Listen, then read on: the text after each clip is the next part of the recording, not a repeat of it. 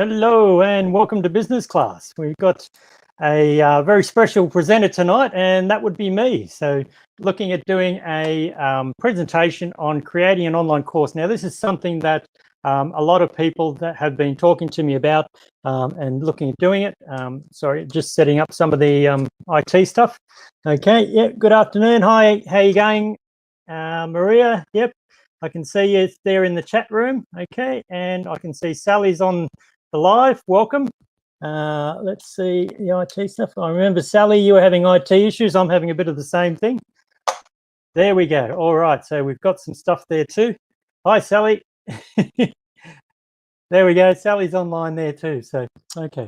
But what I'm going to do is I'm going to go through a bit of a presentation for you in regards to setting up an online course. As I said, something that I've had a lot of people talk to me about. It's something that I do a lot of work in the training industry for. It's been for multi-million-dollar organizations. Some of them have been turning over basically like $1 million a day in students, signing them up going back a few years ago. But the process that we do to develop the courses is the same for what we develop in the, for people like Chantel Garrity, and I'll get into the example of how we're looking at developing courses for her. We're also looking at developing textbooks for people so that you can use them for your training courses such as this as well. So we've got a few students online there. So if you're watching on YouTube and you want to actually comment or have a chat to the students or ask some of the students questions, you can ask them, how do they feel about being in my class? That's those sort of things too. They've got chat groups and that sort of things, and we've got support groups from the students. But basically, how do we come up with the system and the training material using content that most businesses I know already have when they come to me? Okay, so I guess the first thing, I was missing the pretty little clouds. Okay, right, well, I'll go on to the next slide. Okay, so the first thing that I find is that the three reasons why, look at that, I've still got Shalini's brand up there. Oh, well, I'm sure she won't mind me advertising it. Okay, that's a bit better. We'll put the college one up there. That's real professional, isn't it? Okay, so the three reasons why I've found courses fail. Well, guess what? It seems to be the same three reasons why businesses tend to fail. So what I've found is that it's a poor strategy. So it's not in a logical sequence for the learner. They don't build knowledge. Poor cash flow. You give too much away. You give away your high value training stuff when it should be in a coaching or mentoring program. And that's where I see courses fail. And it's just too much for them. And that's getting back to the third thing, where it turns out to be a poor product. You try and teach them everything. Now, Sally will know that the book that I wrote for the Diploma of Leadership and Management, I did try and teach them everything, but it was meant for trainers that have actually got a bit of experience and that sort of thing there as well. So believe it or not, it wasn't actually everything, but it was still 40,000 words, which is longer than what a textbook would be in the book writing process that we'll take you through a little bit later on. So why do people do courses? Well, it's looking at professional development, or they want to learn something new. Now, you've got two sides of the coin. They want to get know-how and they don't think they know anything about it. And I say to people that do the marketing courses, they say, I don't know anything about marketing, but you've been marketed to. And all of marketing is about marketing to the customer and what the customer needs are. So if you've been a customer or you're a user of a product, you actually know more about marketing than you think. You just don't have the confidence. And that's where it comes down to, whoop, hang on, got the automatic there as well. Okay, so I'm giving myself a hurry up. Your job ready when you've got the confidence to actually try and do it, you've got the know-how to actually do it, okay? That's where people think that if they're just confident, then they can get a job because they're confident. But that doesn't work anymore. And that's where it comes down to. The people that get confident, maybe they're doing what they love. If you do what you love, everything is interesting to you about it. So you're going to want to learn more. You're going to absorb more information from an expert. Okay. But it's, if you love what you do, so you love doing the course or you love learning, then you're probably going to be in the middle part of it there as well. Okay. So you're going to struggle to learn, and you might find that there's people that love what they do, actually get in there and they do it quicker. And then if you need to do it, it's like, well, I've been told I need to do it, and that's usually your worst option. Okay, so if you've got people that are coming through, you get people in what's called a Dunning-Kruger effect. They love what they do what they love, and then they do this course and they learn all these new things. And then they go, oh, hang on, there's more to this than I thought, when they go out and they try and do it. Because you only get 10% of your knowledge from the courses and that sort of thing. So that's where it comes down to. A lot of people come out there and they've tried all these different courses and that sort of thing, and they don't believe it's going to work. So you need to give them all these testimonials and all this sort of stuff. But the reason why it's not going to work for them is this thing called learned helplessness. Now, the dogs that jump the fence, if they were put into the cage and they electrified one side, the dogs would just jump the fence because they knew that if they took action, that would help them.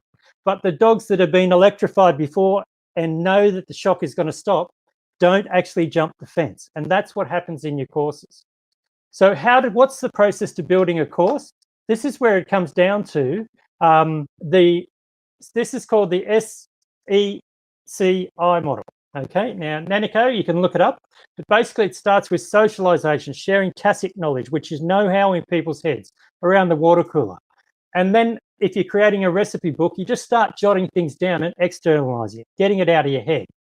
Then you combine it into a logical sequence, and this is why many courses fail, is it's not a logical sequence, okay? That's where you create the course that you can actually deliver. Now, Simon Sinek will say that when he delivered his famous TED Talk, he said he didn't make anything else up. He just found a way to codify it. Now, the first two processes into combination is codifying it into a process. And that's what you need to do to actually create a course, to create learning. Otherwise, when people are going to get in there, they don't know where to start and it's too much for them. And if you're a coach, you don't tell them what to do. You just tell them the steps to do, and then you hold them accountable. And that's what you do in training as well. You say, this is what you do first. And if you do this, then you can do this, and then you can do this. And that's the way that you get them through the course, get them progressing through the course. Because it's no good throwing them in sink or swim and all this sort of stuff, because some people are just going to give up through learned helplessness. They're going to say, it's all too hard. It just reminds me of another time where I tried something and I couldn't do it. I'm useless. I'm hopeless. All of this sort of stuff. And then you need to come in and carry them, not support them. Okay, so it's efforting for both you and them, and they don't get the result, which is they don't get the knowledge that they need to do it independently. Okay, so when we're looking at the formal course structure, this is where it's already written for you. So if you're making up your own course, then you don't have this to sort of guide it. And this is where training organizations have got a bit of an advantage. So when you look at the project that I'm doing, and I'll show you this actually, the formatting that I've done, what I've done is I've taken 4 units of competency that are within a skill set. So a skill set means that these are the skills that you need to do a specific job, okay? Now, when I look at this one, there's 4 units in the skill set. Now, in a workplace, you don't do the work from each individual unit individually. So if you're going to do a training course and you're going to get people and it's going to be realistic, you need to combine it and teach the things in a logical order. That is when they actually do it. So one of the units is use social media to engage customers, okay? And that's one which is going to be through the whole way. Then you've got provide online customer service, securely manage personal identifiable information. And the third one was, well, hang on, we've got the auto timing again. Build simple web pages, okay? But build simple web pages now is basically it's a short course within this. And I'll show you how we set it up here. So you can see the structure is prepare to use social media. That's one short course. Handle workplace information responsibly. That's another one. Okay, so this is what, when people are building, experts are building courses, this is what they're breaking it down into. And this is where I find that when I go through and I set up these courses, I find people out in the workplace that are doing it. Now, why do people learn so quickly in the workplace? This is what they call the 70-20-10 model. And it's basically how much of the learning that people get through it. Now, it's not a hard and fast rule, but this was invented, say, 20, 30 years ago. So it could be that in some industries or some job roles, it might only be 50% of your knowledge comes from workplace and doing things in learning in the workplace, actually doing it yourself. But in training courses, they only cover the first 10%, okay? So that's where it comes down to. It's a matter of positioning. okay? If they've got the confidence to go out and do it, then they can get the 70%, okay? So some people are looking for being praised. You're the best, okay? But what happens in the workplace is if you praise them for being the best, then they take the easy option next time to maintain their reputation. However, if you praise them for the best effort, okay, which comes down to the process, it means that they're going to enjoy learning. Now, if they enjoy learning, they're going to enjoy the job. If they don't enjoy the learning, they're not going to like the job. So when someone comes to you and you're an expert and they say, oh, but this is the way I learn, and they're telling you how you should teach it, well, they don't know what they don't know. So it's up to you to say, well, if you want to learn that way and that's how you want to do it, I don't think this job's for you. Okay, so that's where you have a bit of responsibility from the person there as well. So I mentioned about giving away too much information. Here's where Kerwin Ray, Dale Beaumont, those sort of guys, this is the way that they structure it. Their why is what they believe. Okay, sorry, I'm just going to go back to that one there. The why is what they believe. Okay, that's your lead generation. That's your stuff on social media. Your what is Dale will do 52 ways. Here's 52 ways of what he does. Okay, and it's basically the goals that you're trying to get out of the training. Okay, the how to, that is the low value course content, which is probably going to be online. So that's where people will start paying for, show me how, okay? But it's how you do it. Now, the what if is how they can do it too, which is your premium coaching and mentoring course, okay? So when people are doing learning in the workplace, they do group learning. So this is why it's important. Even if you're doing a course, you need to facilitate the different types of learners. So that you've got action people, you've got the people, and you've got the thinking people. Now, when you go out and you're doing networking, you're going to see that. But when you think of doing an online training course and this sort of thing, you would set up a Facebook group like Chantel does where people pay for that sort of thing. And only the paying customers come into it. You can see how I'm trying to hurry myself up because I talk too much. So I've got the slides there too, okay? So even in online training, you need to set it up so it's the same theory that works in face-to-face training, and when you're doing workshops and things like that, you want them to learn from each other, and learn from each other's experience, and that takes the pressure off you, and then you can support the students, not just try and carry them through. You don't have to give them the answers. So one of the last things I'll talk about is, do they want training, coaching, or mentoring? Well, let's go back to the needs of a caregiver, okay? Training is the safe haven, that's the competency, okay? But you can't be coached or mentored unless you're first competent, okay? So coaching is about, they want to be taken through step by step and they want someone to hold their hand. Whereas a mentor is someone that comes in and has the experience, they want to try it for themselves, they want to go out and they want to explore, but they want to have a safe haven to come back to. Now, when you're looking at doing a course, this is where you get different types of personalities that are going to sign up for your course.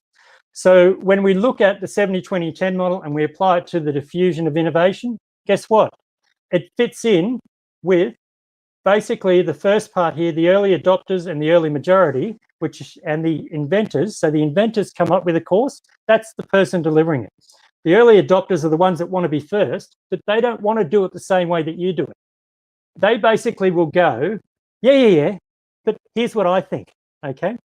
And they tell you how they want to do it. So they want a mentor because they're only going to listen to someone that's got a lot of experience. But what happens is they then basically become the mentor for the early majority, which is 34% of the 34% of the population, which is your ideal client as a trainer. They're the ones that say, look, just tell me what to do. Okay, but if they don't trust you and they don't get enough information from you, they're going to go to the early adopters who are going to tell them something different. So this is where you need to manage the personality types in the course. And the way that you do that in a group environment is you get these people, they're going to say what you're thinking. It's like, yep, okay, anyone else? Or yeah, maybe we should let someone else do it, this sort of thing. And it's like, yeah, or you're saying, yeah, but that's not how I do it. Yeah, you could do it that way. And it's like, sometimes you get to the stage where it's like, well, it sounds like you already know how you want to do it. So you don't really need to be here, do you? Oh, no, but I want to find out, I want to learn how to do it. Okay, they're looking for you to validate their ideas. So what you do is you're writing it for the early majority, who are the ones that are like, just tell me what to do.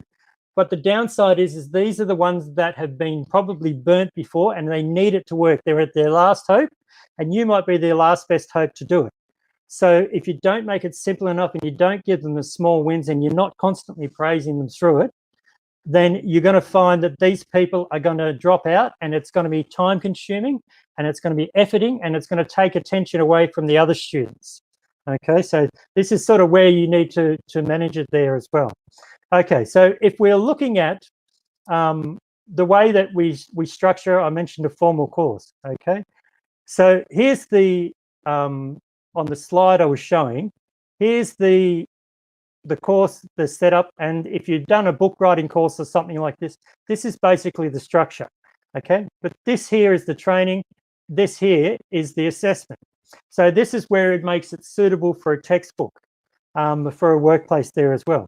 So what we've got is we've got the individual units of competency, and these are the requirements. And these ones down here. Whoop. Okay, let's see. No, that's not sharing, is it? Thanks for the comments. Okay. So I need to remove that and stop sharing. I want to share this application.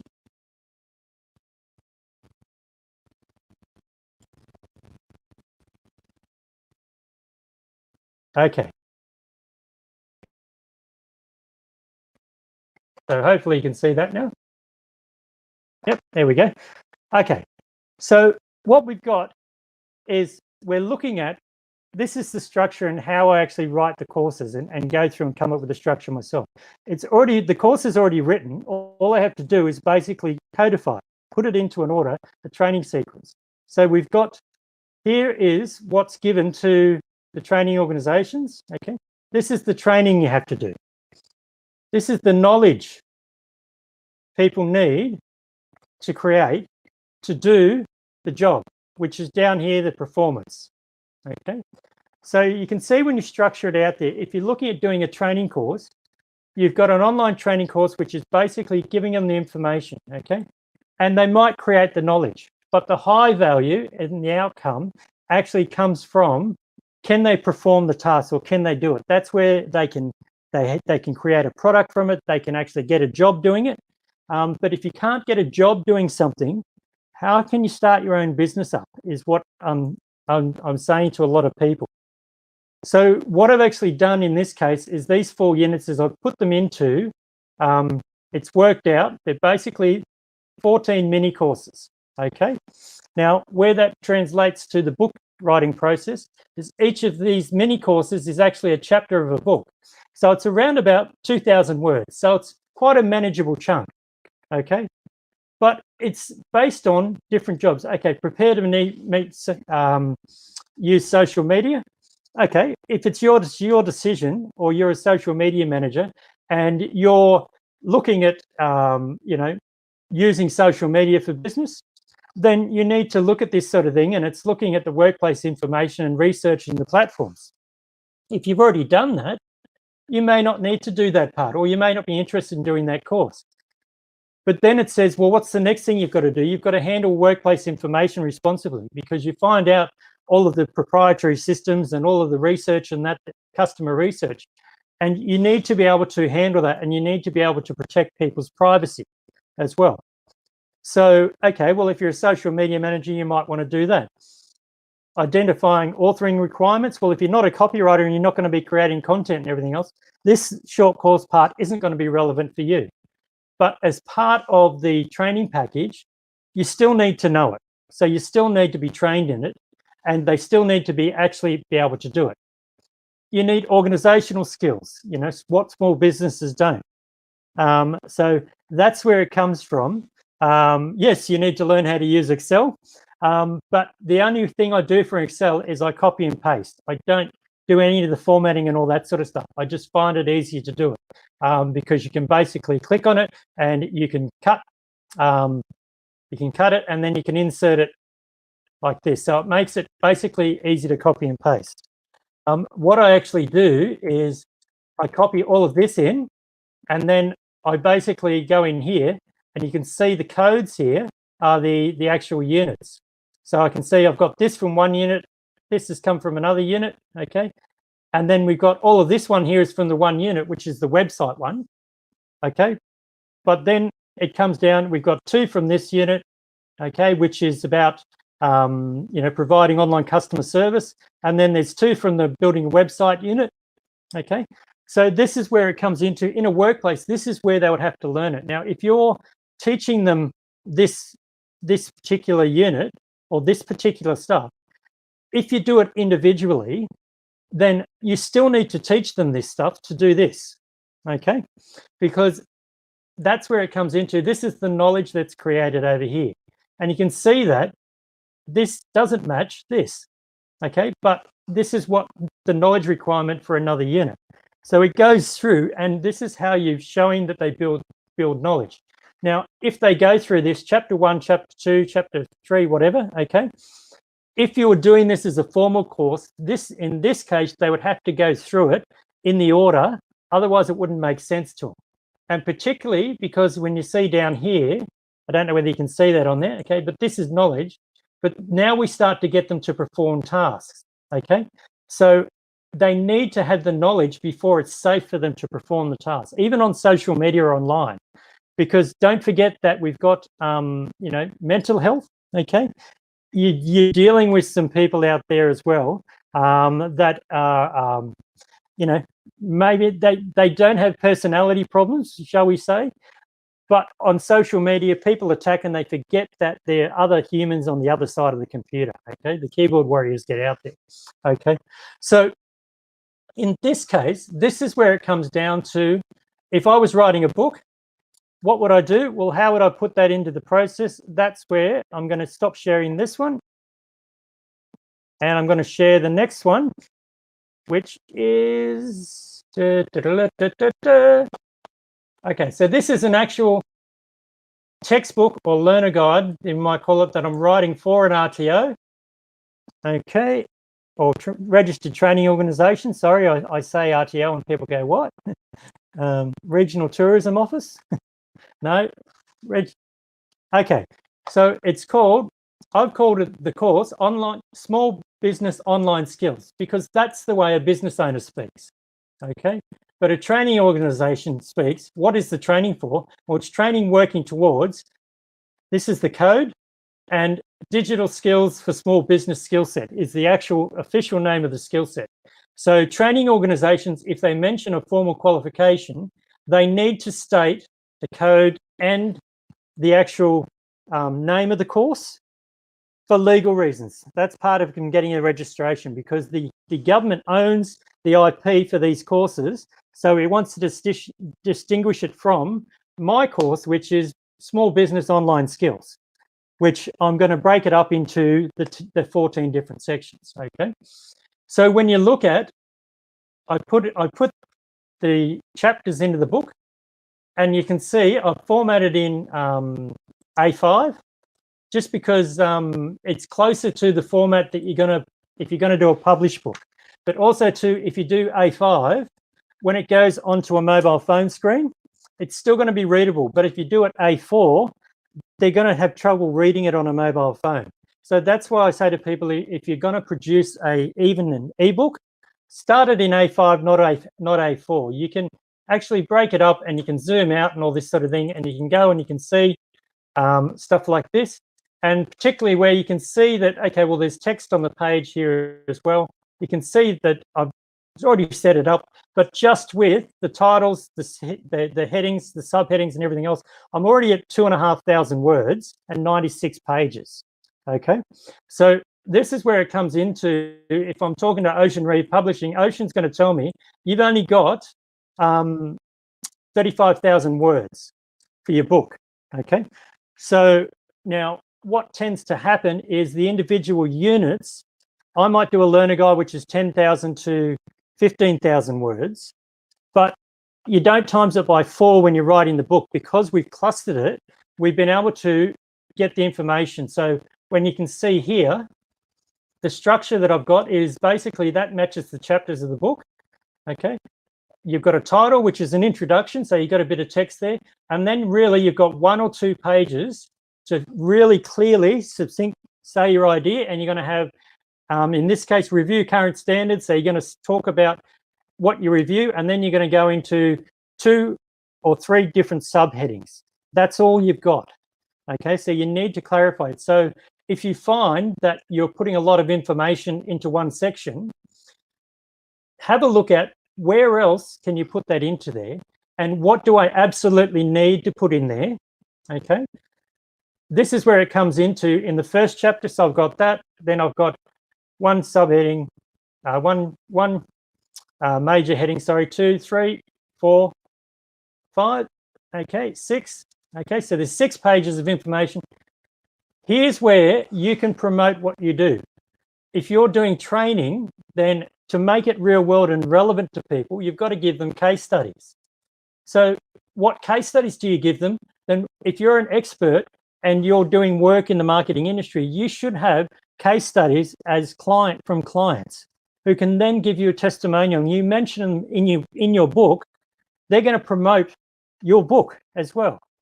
So it's something that you need this case studies for the trainers to use it as a textbook. But so you put case studies about 1, 2, 3, 4, 5 things. Okay, so this is where all of this is immediately transferable online. So you would just have a short course online. You would have, this is 14 online courses. And what I'm going to do is I'm actually going to set it up as 14 lessons on LearnDash, which is a paid one. But you can set it up on WordPress, and you can just put passwords, or you can use a free membership site software. And that's what I've done to actually create training courses for free. You don't have all the automatic functions and payments and all this sort of stuff if it's the free stuff. But if you're getting to the stage where you're going to set up a course like that online, then you're going to be able to afford a couple of $100 to get LearnDash and the Elementor plugin, Pro plugin, to build a good quality website page that looks like Udemy. You can do it on Udemy, Thinkific, those sort of things, and it looks good. But if you're looking at interaction with trainers and students, this is where there's other programs that work with WordPress, that I've found that it's actually entertaining for the students because it's closer to the websites that they're used to looking up and everything anyway, so they're more comfortable with it. Okay, so the last thing in the structure that we do is these are heading 1, heading 2, and heading 3, the subheadings. Now, if you're going to do a course, these are basically turn into your slide headings, okay? And the subheadings become the bullet points on the slide. Now, if you're going to make it interesting and you do a marketing presentation, you're going to have an image and just a few words. So you're probably going to have this 3. You're going to have, in this case, the presentation or the webinar is going to be prepare to use social media. So then you would basically do 1, 2, 3, 4, 5, 6 slides, and then you would have some case studies and all this sort of thing. Now, this would be basically your 45-minute webinar that people do to sell products and all this sort of thing. So this first chapter, you could actually deliver that as lead generation and then say, look, if you want to learn more, sign up for the course, here's the link, okay? That's where you see a lot of people doing it, but they don't give away all of their gold stuff. Now, the other thing too is that when you give that course away, or you do that course, they do it online, what happens is some people are going to be able to go and do it without your help, okay? Those people, it's not a matter of giving it away or anything else like that. They're just not your coaching or mentoring customers. They're going to give you a testimonial for your course because they're likely to be early adopters who can work out how to do it themselves and are comfortable doing it themselves, but they don't do it well. So they're not going to go out and teach other people how to do what you do because they don't do what you do. So they're either going to come back to you for your coaching and your mentoring program to learn how to do it better, or they're going to refer people who are going to go onto that program. They're going to do this course, or they might just go straight into your coaching and mentoring program based on that person's say-so there too. So that's basically the process that I go through, and it's kind of like a logical step where basically to set it all up and to get to this stage where I'm now ready to go and copy and paste from the 500,000 words that I've got as different textbooks and learner guides that I've written over the last year or last 2 years. All I've got to do now is cut and paste that information under the headings.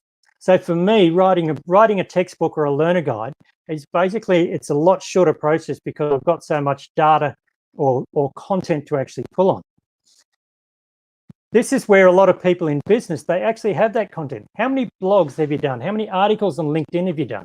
How many YouTube videos have you done? And the other thing I want to show you is looking at the YouTube video that we recorded that Sally's done in the audience, and also Chantel did when I'll just pull it up on the screen. Okay, so if you go through the business class videos, you'll see that all of the videos have got a timestamp on them. And the reason why we do that is so that we can break the information down. Now, if it's a case that when I said to Chantel, the reason why I do this, if someone makes a comment in the group and they talk about being social, someone makes a comment about being too salesy, say for instance, okay? What Chantel can do is she can click on this link. It automatically takes it to the spot in the video. Okay. Sorry to catch off, Chantel. I don't want to do that. Okay. But then when you're coming into the video, we want to share. Okay. Where is it? Share. Okay. And you copy and you click start at 1:35. Okay. So I copy that and you can see here's 815 seconds into it. That's, sorry, 13 minutes. 13 minutes and 35, 815 seconds. Now when I copy that link, and I'll put the link into the comments. Okay. When you click on that link, it's going to go directly to that part of the video where Chantel's talking about being salesy or being social. Now, what people are going to do is it doesn't only show on that video. They're going to keep watching it, okay, if they're interested. But it gets the hook gets them in, and they're going to go back there as well. So people that she can share the video around to, when they come here, you can see there's actually 31 things that she spoke about in that video. That's a whole, you know, that's basically a 30-day challenge. So you can break the videos up into each of these different sections and send them out by MailChimp or everything else, because one of the things that she says is that one of her top tips is you get people off Facebook, because, you know, if people get on Facebook, they get distracted. So if you want to do that sort of thing, so this is a way of actually doing it and constructing things. So this is what we would call an informal course. And it's something that a lot of businesses have. Now, I could go through all of this and look at the business development courses that I'm writing and the social media ones that I'm writing, and I could just pull these little short snippets. So I've already got the video content that I need for this book that I'm writing. So I can put that in as a case study in there, and I can actually promote stuff for Chantel. Okay, so it's all about leveraging the information that you've got there as well. So there's the technology is user-friendly and easy to do, and it's getting to the stage now where I'm just going to look at the other examples that I've got. The textbook project, formal construction. Yep. Okay. So I've been through that. So it's getting to the stage where when I say anyone can do it, well, if you follow this process, anyone can do it. You know, I basically, I'm not trying to be the best at anything. I just go for 50%. P's get degrees. I'm too lazy to be trying to go for the 80%. I don't specialize in things enough. There's plenty of people out there that can do it a lot better than me, and I'm happy to refer people to it. But when it comes to doing this sort of stuff, writing training and assessment material, that's what I actually get paid to do. And that's what consultants come to me and actually get me to do for major training organizations. Now, they on-sell it to them, and I go through and I teach them the processes. but that doesn't mean they can do it. See, when they get a challenging case or something like that comes up, they get a problem, they come back to me. And because I've gone through this process, I know what to take out and I know how to fix, and that's how I can improve the products if it doesn't work when someone else uses it there as well. Okay, so I haven't been moderating my own work, so I've got a couple of questions there. There's a couple of lows and that sort of thing. Yeah, we've got one there from Fitness Check. I think you're on last week with John as well. He said to say hi. He said, yes, he does try and mesmerize people. He's very hypnotic. But you don't really need to use Excel. You can create charts and things in Excel, and you can jump on YouTube, and it's basically a 1.5 minute video for my students to get them to create a chart from research data. It's all very intuitive and all this sort of stuff. If you're making up presentations, if you go into PowerPoint, and I'll show you the PowerPoint presentation if you haven't seen it. Okay, I'll see if I can just share that. Remove that. Okay, so this is where you can see I'm not real techie either, but I'm willing to have a go. Okay, so when I see this on PowerPoint here, enable editing. Okay, there's a trick up here that says, let's see.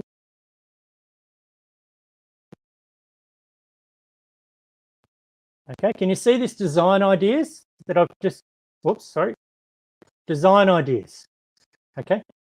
In your home menu, go right over to this side and click on design ideas, and it comes up with suggestions for each slide of how you can do it. Okay, so this is how I actually created this PowerPoint, and it literally took me 20 minutes to go through and do it. Now, when this is how the students that I teach, I'm forever telling them take information out. They're trying to put in block text and everything else. You can see that that's not what people want. If you want to put in information, you've got this notes section down the bottom. You can put in your bullet points. And what I would suggest to you, if you're doing a PowerPoint, you put the bullet points in there. So what I would suggest is, in this case, and I'll just show you now how I would do it. I'm just going to copy that. Okay, put it in here, and then I'm just going to delete this. Okay, or I really don't need that at all. I can just take the whole thing out. Okay, and then what you do is you talk about it, and this is the information that you want to get across. So you're not trying to make stuff up, so you're not going to waffle on. But it just comes down to, when you're on stage or when you're talking to students and everything else, if you're trying to basically go through and talk automatically, now extroverts might be able to do it, but introverts have got the little voices in their head telling them, no, you know, don't say this, or make sure you do this and make sure you do that, and they forget about the audience and they don't ask questions. So you might have noticed that, you know, I've just been rattling on, but I haven't really been asking the audience questions and all that sort of stuff too. Okay, so that's something that basically professional speakers do, but when they've got the audience in front of them, they can get feedback. But it's very difficult for people to do that online, and that's why you see the Zoom rooms where they want to not share the screen but have everyone in the view. But you can see how quickly you can make up content, and then who can't talk about what they do? You just talk about, like I did. You know, I didn't have a script and went through. I put the timers in place to try and remind me and hurry me up, so that, you know, the audience sees that the slides are moving on. So it's kind of like it's like, well, I was only planning to speak for a minute on this. Okay, but you've gone over time because you've thought, oh yeah, well, I'm going to do this extra stuff, and you keep going back and this sort of thing.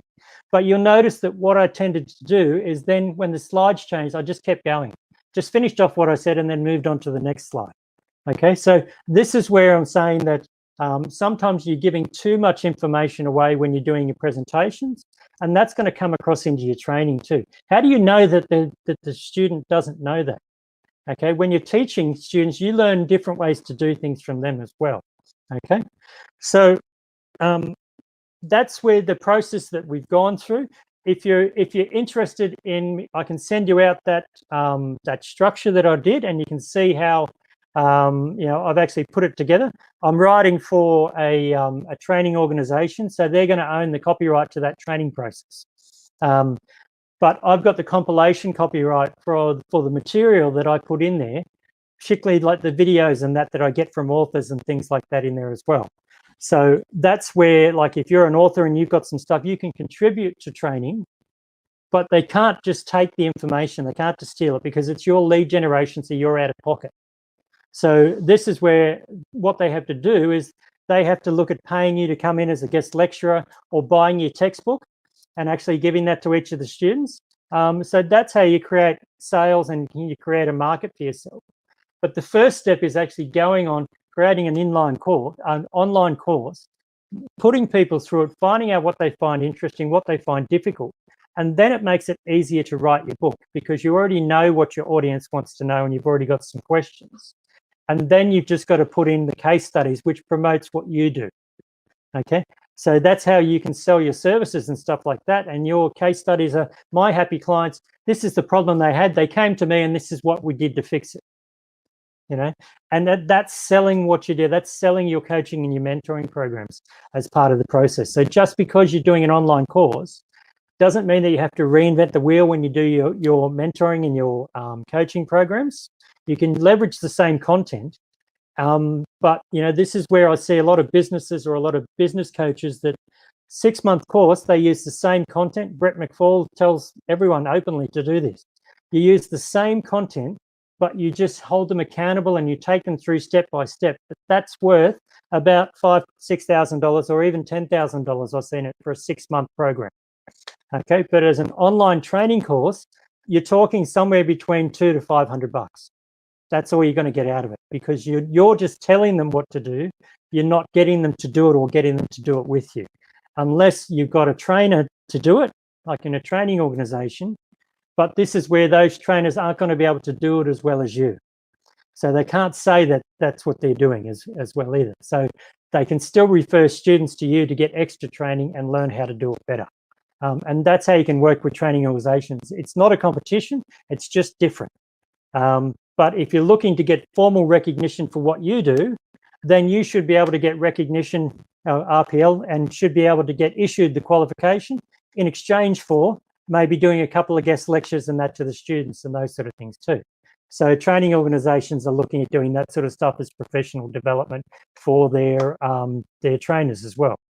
Okay, so that's the talk that we've gone through. It's probably a little bit different to the other ones that I've been getting people to do when they come in, because it's more than one idea. But I hope people have got from it that there's more to it than just sitting down and writing a course. So you've got to have a strategy, and that's if you're doing marketing, if you're doing sales. You don't just set a goal. A goal is to write the book. The strategy is how you're going to do it. And that's what you go to people to learn. And it's not just a matter of going to a publisher. Giving someone a file and getting them to print it is not a strategy. That's just a goal. A strategy involves 3 decisions. It involves planning decisions, it involves implementing decisions, and it involves review decisions. Okay, so the review decision is, when is it going to be? That's when you go to the printer after you review whether or not it's ready to go there as well. So that could involve getting other people to critique your work or critique your chapters as you go along. And you might find that you're totally off track and you've got to start again. You've just got to be prepared for that, because publishers that see the books coming in, they see the success of them. They've got people there who can critique, go through the structure.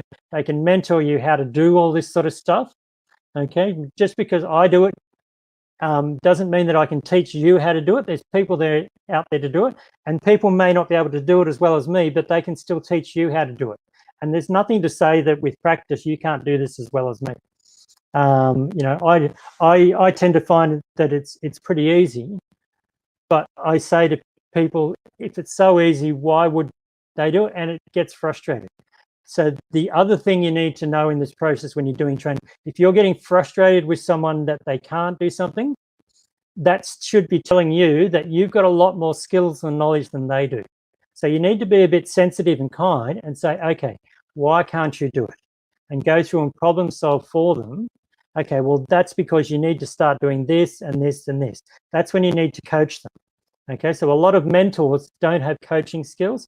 They don't know where people start. They just go, well, you know, you just tell me where do you want to start, and all this sort of thing. Okay, but you need to also identify if they're competent, because if they're not competent, you're going to need to go back and you're going to need to train them.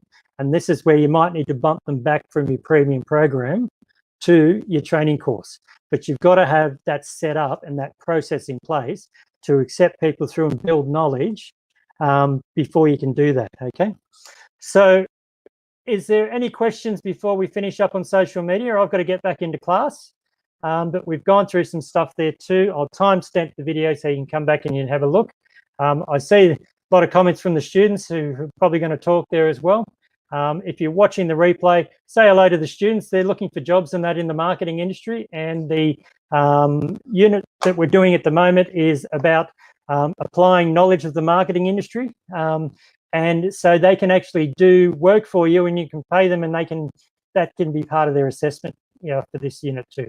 Okay, so if there's no questions, I can't see any there. I can see that there's still 19 people online, and oh yeah, there's a couple more. Some people have come back. But thanks for your time. Thanks, Sally. Say hi to the students. Yep, okay. For the students that weren't here last class, Sally was actually doing the first talk that we had in the business class series. So welcome back, Sally, and good to see you again, and we'll catch up soon. Okay, thanks for your time, everyone. If you've got any questions, you're watching the replay, put it into the comments, go through, look through the timestamps, email me through. I'll put the email up in the comments too. If you want some help, you want to look at developing a course, I can help you out with that too. Just it comes down to that the process is pretty set for me. It's not really a discussion. And if I say that you need to go through, you know, like for example, Ocean Reed says you need to go through the book writing mentoring, not just the book marketing. Okay, I'm going to listen to it. You know, he's an expert in there as well. I tend to listen to experts, otherwise they don't tell me stuff, and I can't teach you. So, okay, thanks for your time, everyone. And if you've got any questions, I hope to hear from you soon.